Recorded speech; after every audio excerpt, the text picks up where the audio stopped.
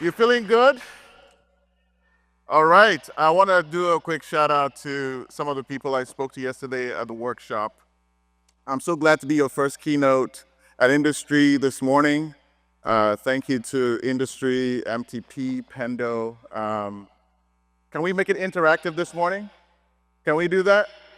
Can I get a clap so I can confirm that? All right, my good friend Melissa Perry wrote a book called The Build Trap. Has anyone ever read that book? Show of hands. All right. My talk is a play on that because we are about to go into all kinds of different problems in the age of AI with how we build.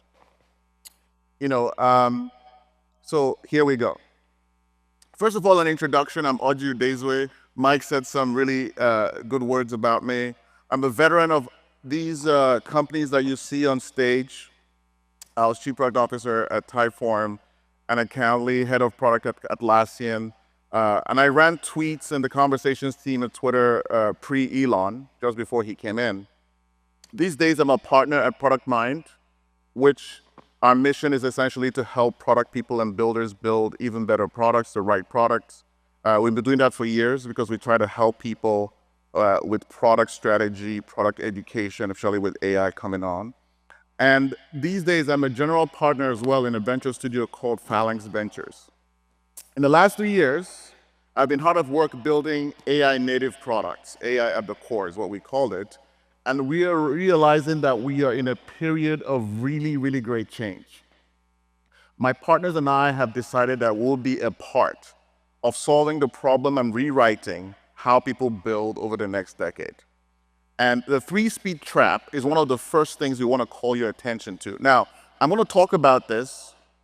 If you don't recognize your company, because many companies are at different stages, it's fine.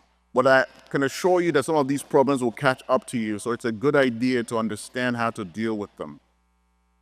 So, the subtitle of the talk is about a CEO shipping code and basically bypassing you, right? And this is actually quite hilarious, right?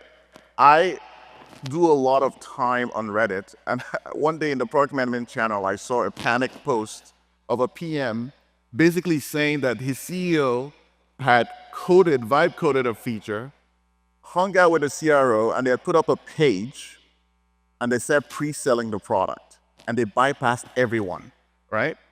Now, obviously, there are many problems with this, right? Not the least of which is a need for a corporate therapist, right? For the product team and the CEO, right?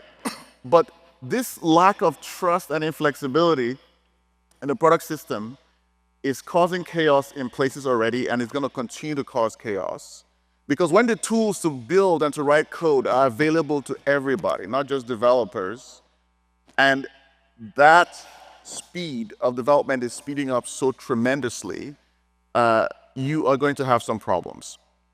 Now, the truth is, coding languages are becoming passé, right? Writing code is just speaking any language, English, Telugu, Igbo, whatever it is, and some logic, right? If you have architectural skill, your actual language doesn't change anything. Now, the architectural skill is important, which is different from vibe coding because not everybody can build an Empire State Building. Maybe you can build a garden shed.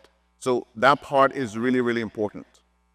But the problem remains, what do you do when your CEO says that you're too slow and starts to vibe code features? What do you do? Well, this gets to the thing that I'm trying to talk about, right? This is the issue. This is the 3-speed problem. Building is going to speed up by 10x as people use augmented content generation, which is code. But the other 2 sides of building won't speed up as fast. And the reason is super simple.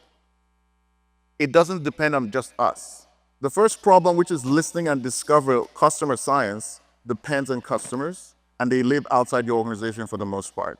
And of course, go-to-market also depends on customers, some of them that you don't have, right? And so that's the issue. Every product practice that you go through is constructed around the bottleneck resource of engineering. Now, are there PMs here? These are PMs here, right? Are your engineers paid more than you generally? right? At least that's what PMs feel. And it's true. There's some engineers in the Valley now working for foundational model companies that are being paid $20 million a year, right? Because this is the bottleneck resource for the last 20 years of building. So let's zoom out a little bit to first principles. Product managers, we are meant to match customer satisfaction and love with business value. That's what we do. And to do this, we master the skill of customer, which is the first part, doing that well so that we can direct the development organization. And then we have to communicate and translate all of this to engineers, to product teams, and to our product leadership. And on the backside of that, we have to get our stuff shipped to customers, right? This is what we do. What happens when this compact changes completely, right? What happens when the middle is no longer the bottleneck? So the first thing to note is that, if we operate as we have, if we change nothing, we will have gridlock, right? Let me give you an example. It's a little bit of story time.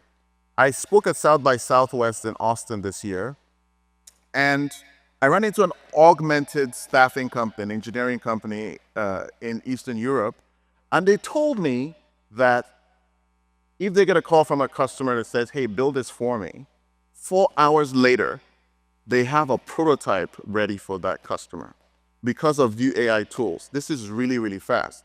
And it's not just throwaway code. This is code that they can evolve linearly because it's built in the same language, the same platform that they would use to deliver a finished product. So the 3-speed problem, if we change nothing, will have us shipping a lot of useless features because people in that organization, the people are coding ahead of product management, right? And they can build stuff just because they can, right? And if you build stuff that people don't use, eventually you leave the code lying around, which is a problem. It'll also mean that there'll be organizational conflict, right? I've written more code in the last year as a PM, even though, people say, oh, this is where you are in your career. In the last year, I've written more code than I have in the last 10 years because I'm transitioning my PRD writing to prototype writing, which I'll talk about in a bit. So there's going to be organizational conflict because the tools are going to let people do more things within the build process. Your designers can code, you can code, your engineers can code, maybe code faster than you and do all the CI/CD stuff. So there's going to be conflict. And people will try to get around the slow process of old operations. That's what they will try to do. Now, and we won't know how to sell everything. If there's a torrent of new features, a torrent of new stuff that's unvalidated, that people don't know what they are, the thing that happens today, which is your customers sometimes can't discover the thing you just shipped yesterday, right? And they can't discover the thing you ship next quarter, will start to compound all these things. Now, by the way, if AI is not creating confusion in your workplace already, if these tools aren't creating a little bit of tension in your workspace, in your workplace, you are probably behind the curve, right? You're not harnessing it enough already. And this is a red flag, right? It should be creating a little bit of tension as you adopt it today. The best PMs will realize this situation and they will set about to re-architect the product system, the product operations. And we won't tinker around the edges, and I'm hoping these are the best PMs in the world right here in front of me. We will change everything, and I'll talk about how the ways that you can change it. Your company is due for a product operations overhaul anyway. And if you drive it, you become more valuable to your company. So let's talk about the 3 areas that we want to change that are connected to the 3 speeds. The way to optimize the 3-speed problem is to change the resistance and impedance, to change how this thing flows, because what's happening is that the flow is wrong. It's wrong from all the things that we've made assumptions about, right? So we want to maximize A and C, right? Essentially the slow parts, and then we want to change how B works. That's what we're going to do. So let's talk about it. The first thing that you can do, the thing that we keep begging PMs to do really better and well, is to accelerate customer listening. Now, I'm going to talk about customer science, which I split between customer listening and customer discovery. Customer listening is slightly different from customer discovery because if you listen to the last keynote 2 years ago that Ezine and I, my partner, Ezine, do you want to do a shout out here? Oh, cool. My partner we did a keynote here 2 years ago, and we talked about customer listening and how it's different. Now, at the front end of most of your work, for most PMs, at least senior PMs and above, is customer feedback. So what we need to do is to make customer feedback so turnkey that we are drowning in not only customer feedback, but synthesis about how that feedback works, what it's about. So step one is very simple. And by the way, there are a few companies here that already do this. There's Jira Product Discovery here. I think that Atlassian is here. But there are a few more. There's Chisel AI, Insight 7. I don't get anything from these companies by mentioning them on stage at this moment. But these are tools that will help you turn customer listening into a science, into something that's just completely turnkey, press a button. Step one is take all your feedback channels. Usually 10 we talk about. Everything from churn to NPS, to bugs, to community insights, to sales feedback, to account management feedback, to customer support. Put them in one giant bucket by channel and together so that you can ask intelligent questions. So that's step two. You feed it into a system that can look at this stuff, clean it up, and synthesize.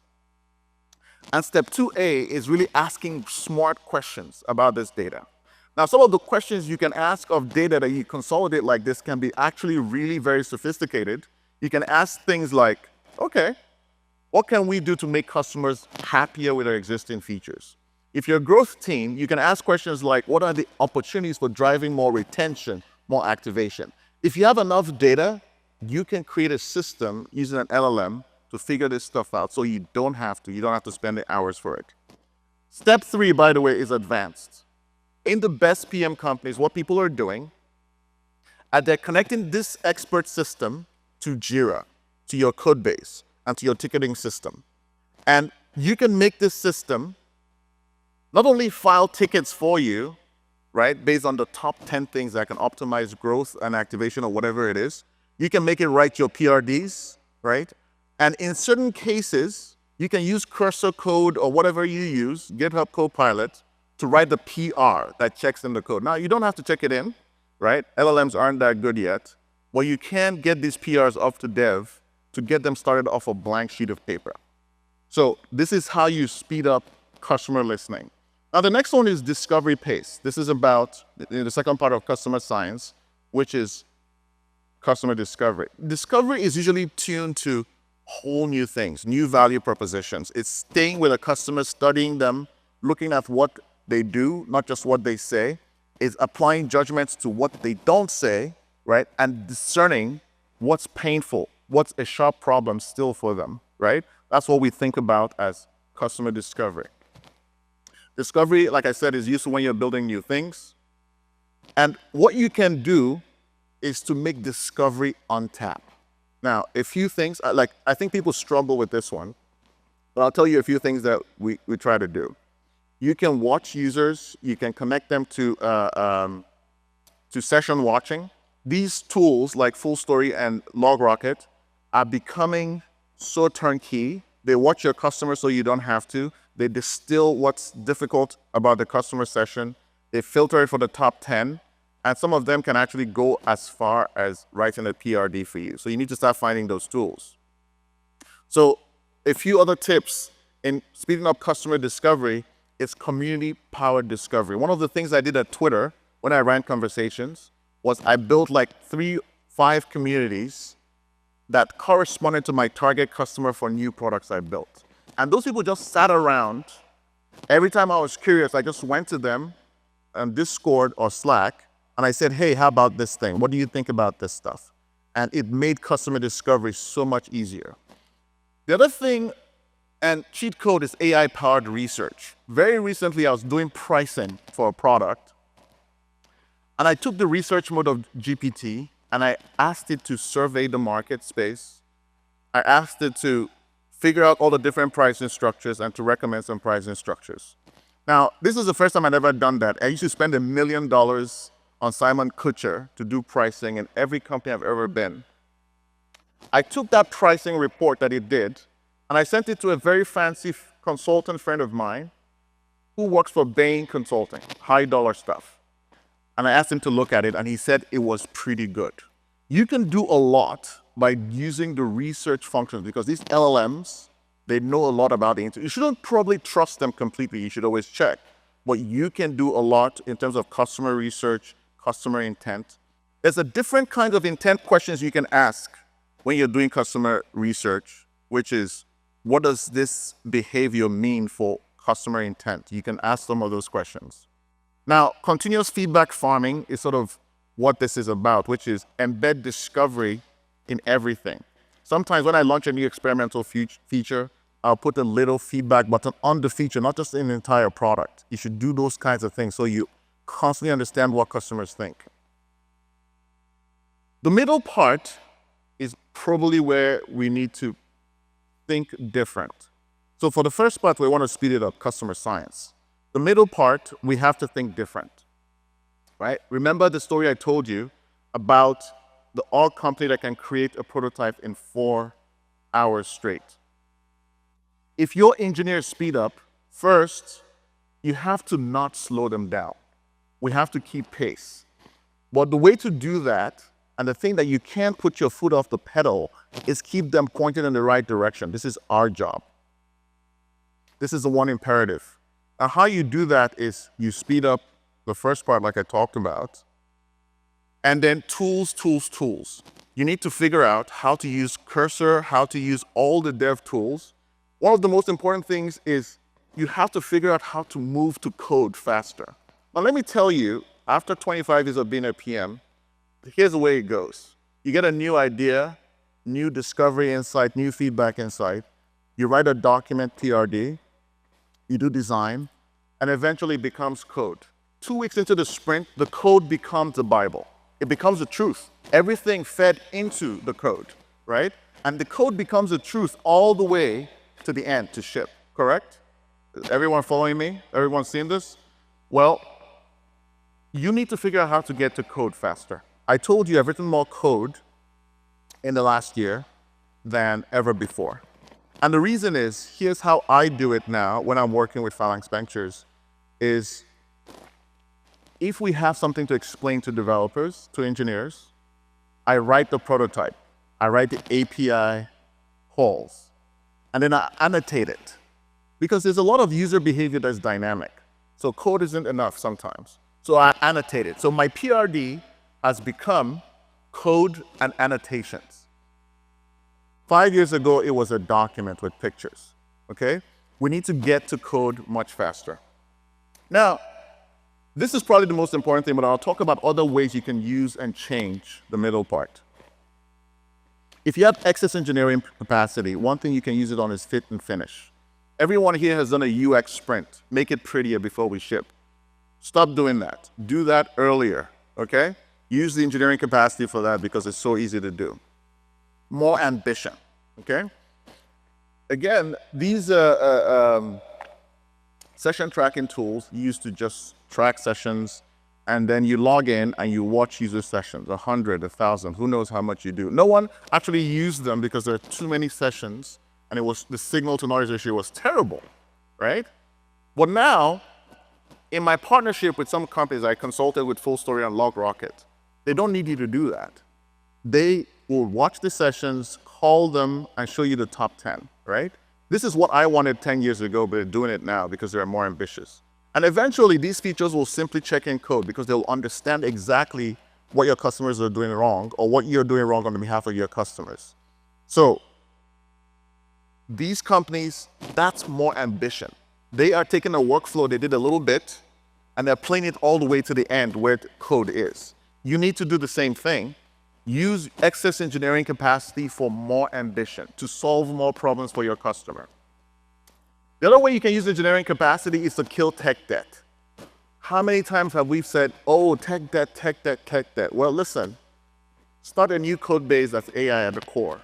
Or Spend less time, more velocity, erasing the tech debt in your organization. This is important. The last thing you can do with more engineering capacity is experiment more profusely. Do more experiments. And the problem with experiments sometimes is if you put it out there, you don't get enough data to get to statistical analysis, so it's still slow because there are not enough customers adopting it. Well, listen, that shouldn't stop you. Sometimes you can put, with Launch Darkly and all these feature flags, you can put out even more features and see what wins. You can just let them run for a while. There's a way to do this, and if you don't know how to do it, you can come talk to me after. Now, I wish I had a dime for every time I've heard a PM say, I want to be closer to the business. Have you ever said that? I want to be closer to the business. Well, listen, the way to be closer to the business is to get involved in go-to-market. Here's a little bit of story time. I left Microsoft in 2012, and I've been a PM for a decade, worked on Windows, worked on Exchange, worked on Internet Explorer, Microsoft Office, a whole bunch of features. But at the tail end of Balmer's time there, I felt that we were shipping amazing things and the marketing sucked, right? I just felt we weren't telling good story. I don't know if I was right or wrong, but that's what I thought about it. And so I went over to be a marketing and sales enablement lead for 2 years before I left Microsoft. Now, this taught me valuable lessons, gave me language that I don't have that helps me when I talk to CEOs and to boards. So if the middle is contested, I want PMs, because you see everything, you see the inception, you see the ship, start to break into those places. We need to spend more time on the edges anyway, okay? So what I'm trying to say is get into GTM. Help craft the marketing message. Help the salespeople sell your product. This is very important. Your job doesn't stop when you ship. Your job stops when customers are happy, when it's in their hands and they love it. If you're part of GTM, your ability to get feedback into the product process is increased. In fact, you can start defining what I call market-ready requirements for your customers. And the reason I say all this stuff is, as the 3 speeds change, you have opportunity. You have places to shift your time and attention to become valuable to your business. Okay, what else? This is the core of my message, but I have a few bonus things to talk to you about. The nature of the team that you are part of is changing dramatically. At Product Mind, we talk about shipyard teams, and I'll explain that. And that's not so much in your control because you don't always construct teams, but I think you should know how teams, the best teams, will work over the next decade. And it's number 2, we'll talk a little bit about the new PM skills you need to have. You ready? All right, let's do this. Now, the shipyard model is to say that the core triad is no longer just a triad, it's a sextet. The skills you need are product management, engineering, and design. But if you think hard about it, you need user research. You need data and ML and LLM and prompt engineering, all that stuff. You need product marketing. Now, product marketing is not all of marketing, but it's the storytelling. Because how can you tell a story if you don't know where it started from, the customer insight? These are the people we consider the core, the 6 skills required to be in the shipyard. Now, this doesn't sometimes mean 6 different people collaborating on a feature. And the point of the shipyard is autonomy. If you can get your organization to put these 6 skills together, give them really clear goals and metrics to go after, and a mandate for autonomy, you are going to go very far. This is how startups work in the Valley all the time, because they're constantly collaborating. At Typeform, when we built Formless, we created what we call a heist team, an R&D team. We didn't look at the old code base. We built Formless from a different code base. One of the people in that heist team was actually the former CEO and the co-founder of Typeform. But it needed people like him and me to figure this stuff out. And so we had him, and he was basically a PM and a designer and a coder. We had a coder who was a full stack engineer who did engineering, but also a lot of the user experience. We had a backend engineer who did most of the back-end coding, and you had me. I did all the user research. I did all the GTM for this. So 6 skills, 4 people, and that was a full shipyard team. We were mandated to figure this new thing out for Typhoon. So a few things to note. Clear goals and metrics are important for a shipyard team so they can go after it by any means necessary. You need to think about a complete skill set, right? And you need to matrix in customer teams. We spent a lot of time with sales. We spent a lot of time with the rest of marketing. We spent a lot of time with account management. Those were our skin. We felt the customer through them, and so we brought them in and we collaborated with them all the time. I am drawing a direct contrast between this and the triad, engineering, PM, design, who builds something, hand it off to marketing, that hands it off to sales, blah, blah, blah, okay? In 2025, for the next decade, the best teams will be who create fully skilled people who can go after everything from thinking to shipping, meaning inside customers' hands. We can't say enough about the shipyard team, super important. The next thing is to talk about your skills, right? If you want to solve the 3-speed problem properly, you have to do things differently. The first thing is to just advocate that the PM job is staying the same. The essence of it isn't changing, right? If you go back all the way, I had this argument with Izine talking about how did the PM job start? Or really, our job is to prevent an engineering team from straying away from the customer, to straying towards the customer. If we do that, we justify our salaries every single day. We make the return on capital possible. So don't let anyone tell you that PM job is obsolete. It's not obsolete because someone still needs to do that and no one else is doing that. And then customer-centric building. You make sure they don't stray. You make sure they think about user experiences that people love. And then the last one is getting into the hands of the customer. So what are the skill sets you need for the 3-speed problem? Number one is the way you write PRDs are going to change. You're going to need to learn to code, learn to write API designs, learn to prototype a full demo application, and have that discussion so you can get to code faster. One of the emerging skill sets in the PM land is evals. Now, I'm not going to spend a lot of time on this, but anyone know what an eval is? Okay? All right, a few people know what an eval is. When most of your code is a model and is undeterministic, you need to be able to write high-level test cases, which are called evals, so that you can understand when the model is doing the right thing. Most of your work in the next 10 years will be writing evals as you use LLMs to create software. You need to know all of this stuff to do technical prototypes. You need to lead the introduction to new tools. These new tools are going to be introduced by you. You're going to be the arbiter that says this tool works for the entire team. You need to do that better. Velocity management. Sometimes you need to speed up development. Sometimes you need to slow it down, all to serve the customer better. You are the person who's doing that drumbeat, okay? You need to do real-time synthesis. Because it's faster, you're going to make decisions with less data, and you're going to be able to pause sometimes when you need data in order to keep people centered. And this is all on you. Community management. Customers have to be by your side. They have to be in your ear. They have to be in your little FBI dongle all the time. You have to figure out how to do that, whether it's through communities, whether it's through the feedback you put in your product. You need to become a master of managing communities of your customers. And of course, your old PM skills don't go anywhere, right? Leadership, communication, clarity, being able to talk up and down the chain, right? Running meetings so that they're very productive, constantly clearing the space so that everyone understands where they are in terms of goals. You need those skills still. Now, one of the things that I try to do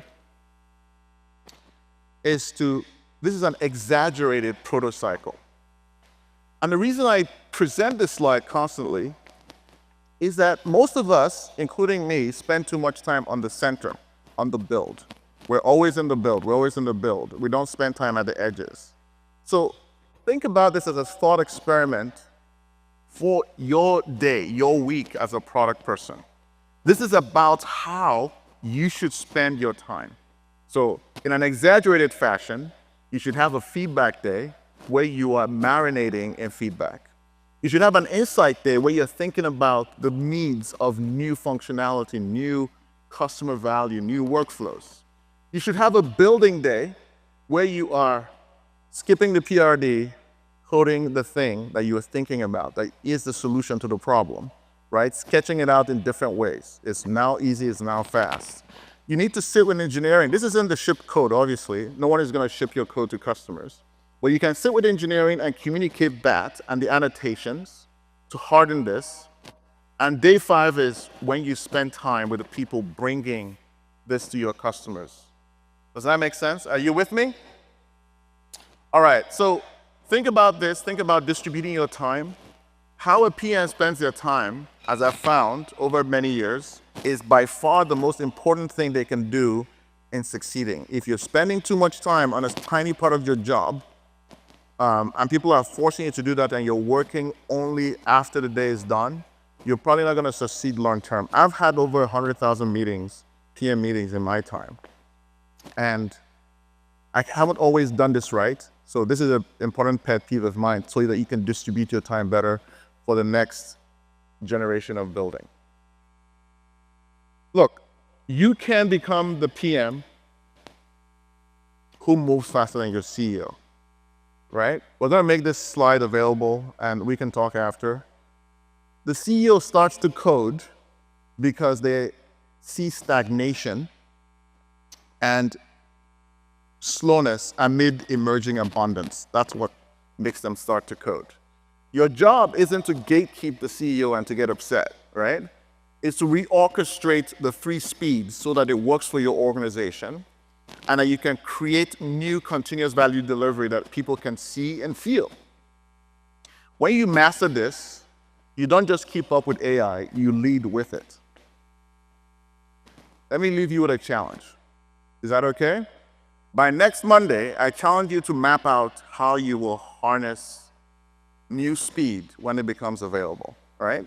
I challenge you to run your first continuous discovery experiment with AI tools as part of it, yeah? Within 1 month, within this month, whatever, count 30 days, write your first prototype application. Do it. Don't just write a PRD, write your first prototype application, find a way, and annotate it, hand it off to your developer and see if it doesn't go faster, see if it doesn't kill 3 or 4 or 5 meetings. By next month, 60 days from now, ship something, replace the CEO. Don't make him be the person who writes the code. You write it, right? And try and push it through in some kind of experiment. Be the person who says, screw it, I'm shipping it, not your CEO, because that's where you want to be, and that's what's going to get you the accolades you need. The tools are there. The question is, will you use it? So with this, I want to say thank you. This is my time. Follow me and Product Mind on Substack. Join our community of great PMs. We always try to upskill PMs where heart bleeds for product managers. We wrote a book called Building Rocket Ships that Mike talked about. I'll leave it up. I'll do a signing on the floor later. Thank you very much, everybody. Talk to you soon.